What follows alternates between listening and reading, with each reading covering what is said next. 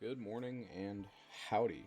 It's just Jor here, following up on the last time we talked. Last time we talked a little bit about life being kind of a drag right now, life being hard, difficult, depressing, consumption at an all time high, and all that fun stuff. And I wanted to follow up on that, but also extrapolate on what I mean with some of those comments. Um, I talked a lot about being a good person. I talked a lot about finding kindness in yourself to give to other people, but I also wanted to think a little bit more about what that actually means because that's a little bit of a nebulous idea, if that makes sense. And I started to go down a philosophy rabbit hole. Philosophy is something that's always been interesting to me, whether it be Roman, Greek philosophers, they all have an interesting way of thinking that I appreciate.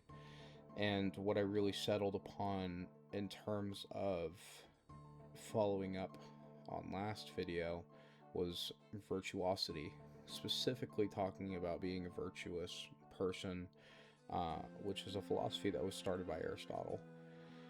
And in studying virtuosity, understanding a little bit more about it, what really stuck out to me was a term that Aristotle coined as eudaimonia, which is a fun mouthful that describes essentially human beings attaining meaning, attaining happiness from being human beings, being conscientious, being virtuous, kind of what I was talking about last video. And a lot of eudaimonia and being a virtuous person deals with intellectual and moral virtues. Intellectual stemming from things like wisdom, from things like being educated, being well spoken, having a way with people, words, so on and so forth. And moral virtues being a little bit more entwined with your actions, your habits, how you operate in the world, if that makes sense. And another thing that really was interesting to me was understanding that just like anything in the world, it's within your power to do something, but it's also within your power not to do something, if that makes sense. Whether we take action, whether we actually sit down or stand up in the face of adversity is purely residing upon us and what we think may be the right action in that situation. A good example of this in modern day is like No King's protests. It's a great way to get out. It's a great way to be involved and speak for, in that scenario, distaste for what's going on in this day and age. And doing something is the first step in doing anything, if that makes sense. Another thing I wanted to talk about was a little bit more about what being virtuous actually is composed of. I mentioned being intellectual, I mentioned being moral in your actions and habits, but there's also a little bit more substance to that, and that comes down to things like courage, things like tolerance, modesty, fraternity or friendship, and honesty. And those are all characteristics of a virtuous person. It's less about a script on what you should do as a person. There's not religious tenets, there's not commandments like there are in the Bible, but it's focused on just being a good person and understanding that focus is going to create good actions in the right scenarios and the right circumstances towards the right people. And with that being said, it's not very specific. It's honestly kind of nebulous in its reasoning, but that seems to be the point. It seems to be what Aristotle wanted, and that seems to be an interesting point for humanity because everybody's looking for a clear-cut solution. Everybody's looking for a clear set of mechanics of rules that will create purpose, and I just don't think that exists. I don't think that anybody can attain that through a structured set of rules, if that makes sense. But like I mentioned, character should lead to good actions, it should lead to reasonable thoughts, it should lead to the right people at the right time, and that's kind of the idea of virtue. So, when I think about eudaimonia and the happiness derived from being a good person, I also really want to tie it into another philosophy which I find interesting, and that's Stoicism. So, Stoicism was originated by a merchant named Zeno of Cyprus. When he lost his ship full of goods and all of his belongings, instead of despairing and wondering why the world had done this to him, he studied, he read, and he eventually found the teachings of Socrates. In those teachings, he learned a little bit more about being not necessarily disconnected, but unmoved by his situation, by his circumstances. And so he started educating others on that same principle. And that was the birth of Stoicism. And Stoicism in and of itself is kind of a tangent on cause and effect. Your cause, whatever you may do in life, is going to affect others. And with that being the case, it deals with the mean, if you will, the median between extremes emotionally.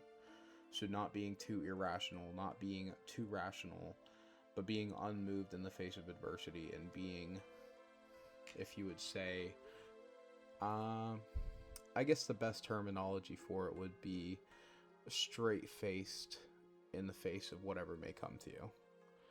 So, that being said, I feel like that could add a lot of value to a person looking for meaning and looking for happiness. The only problem I see with Stoicism, and the only thing that I disagree with, is inaction. Stoicism, especially modern Stoicism, is rooted in the idea that instead of taking action, instead of trying to change things, someone should learn how to deal with the world as it is and be unmoved by it. And the unmoved part of that is fantastic, but the not taking action part of it is something that I think leaves a lot to be desired. It's a simple fact that people aren't taking action that has gotten us into where we are as a society, in my opinion. And, you know, as someone who's younger, looking forward to the future, it's a little harrowing to understand that people aren't taking action towards anything going on right now, if that makes sense. So there's a certain balance to be struck here, in my opinion. There's a certain way, in my opinion, someone can live to not only tie in being a virtuous person, but tie in being stoic, into being a little bit happier, into being a little bit more content with their life, but also being someone that takes action, someone that's a little bit more involved with whatever they may see change or want to change. So, with that being said, really the point of this is to talk about virtuosity being the mean between moral extremes, in terms of just being a good person, finding the reason within the chaos, and finding the mean between emotional extremes with the Stoicism. And I think combining and mixing those two philosophies can genuinely improve someone's outlook on life, improve someone's quality of life, if it's practiced. And that's the crux of it, is the practice. It's very difficult to not be moved by your boss being a fucking asshole. It's very difficult to not be moved by wondering whether or not you can pay your bills this month. And I only say that because I'm in this situation as we speak. It's very challenging to be unemotional in the face of whatever chaos and whatever challenges may hit you. So it takes time, it takes practice. Meditation is something that I've heard helps. I haven't personally gotten around to it, and that's something I'd like to do.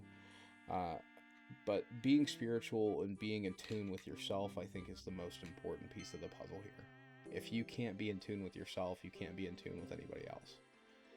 And when I speak of taking action, when I speak of being more involved in your life, I mean it in a sense of doing those kind actions I mentioned in the last video. I mean it in the sense of being a good person just because you can, even if sometimes you get slapped in the face about it, because that's what life is.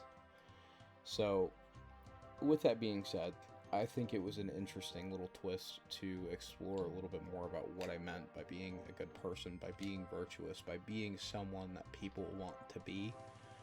Because the more of us out there that can be role models, the more of us out there that can be not morally reprehensible, for lack of better terms. It's gonna make the world a little bit better of a place. And it might be minute, it might not be something that's super apparent right away, but if enough people get on board, if enough people start thinking that way, if enough people start practicing, then maybe, just fucking maybe, we might see something. And that is something that I am looking forward to as a human being, as someone who wants to see this world be a better place, as someone who wants to see quality of life improve for all walks of life. And yeah, I think that's really the main thing I wanted to talk about today. Hopefully this added some clarity, because I know what I was talking about last week was a little nebulous, and pardon me, pardon the nerves, but I'm excited. I want to continue hopefully speaking to people that have a like mind, and speaking to people who want to see the world be a better place. So, with that being said, love you, appreciate you, thank you for watching, and yeah, do something good, do something better, be the best you. Ciao.